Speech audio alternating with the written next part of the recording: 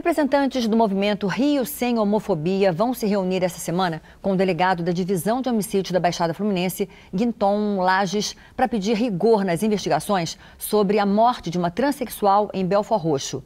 Samile Guimarães, de 24 anos, foi morta com vários tiros no fim da noite da última quinta-feira. Há suspeita de que Samile tenha sido vítima de transfobia.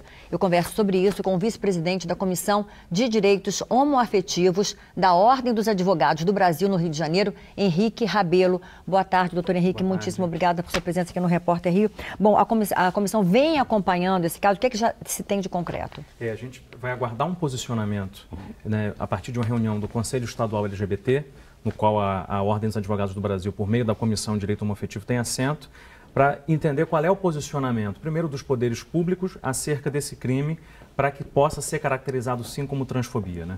E outros crimes anteriores podem servir como referência também no andamento judicial desse? Servem como referência, e a gente percebe cada vez mais que existe um maior aumento da criminalidade no segmento trans, né, das pessoas travestis e transexuais, sobretudo nas regiões mais pobres, distantes aqui do centro urbano, né? Então a gente vê que existe uma intersecção de gênero, de classe, de raça, que contribuem para o aumento desses crimes, em regiões mais distantes, onde há um problema de policiamento, onde há um problema, por exemplo, de discussão de questões como gênero e identidade nas escolas, né? A gente reforça a necessidade de que as escolas discutam a questão de diversidade sexual, a questão de diversidade de identidades de gênero, para que justamente isso sirva como um estímulo para evitar esse tipo de crime, né? Inclusive porque esses locais têm uma menor visibilidade, né? Exatamente. E o que é que a OAB vem fazendo, Henrique, para diminuir isso, né? Para tentar reverter isso nessas localidades mais pobres? A OAB, por meio de notas públicas, por meio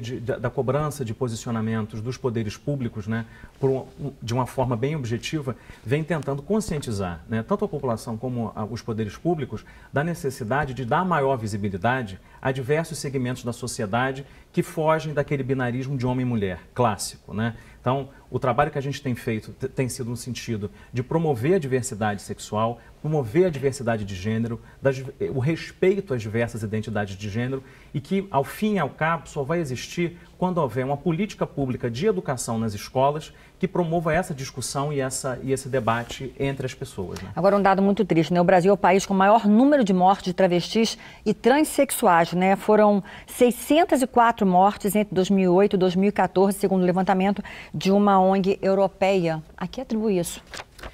Primeiro, a ausência de uma legislação específica, né, que promova justamente que aqueles crimes que sejam caracterizados como transfobia, que sejam punidos como tais, né?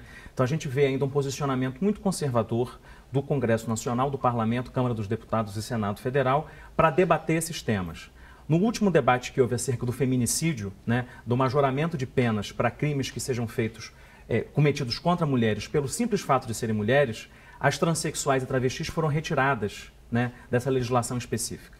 Por outro lado, o Poder Judiciário tem aumentado o seu entendimento que, por exemplo, as mulheres transexuais e travestis podem ser vítimas de crime doméstico, né, de violência doméstica, e aí estariam abrangidas pela Lei Maria da Penha. Então, o que a gente precisa, de fato, é uma legislação específica para punir esse tipo de crime.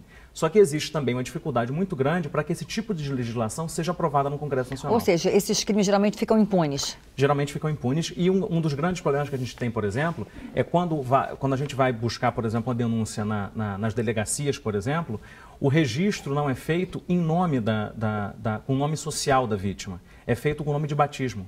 Então, às vezes, o crime é cometido contra Maria, mas é registrado como João. Então, a gente não tem como averiguar se de fato foi um crime de transfobia. Então, é necessário que a sociedade discuta esse tema cada vez mais, né? Doutor Henrique, muitíssimo obrigado e um ótimo trabalho aí para vocês. Obrigado.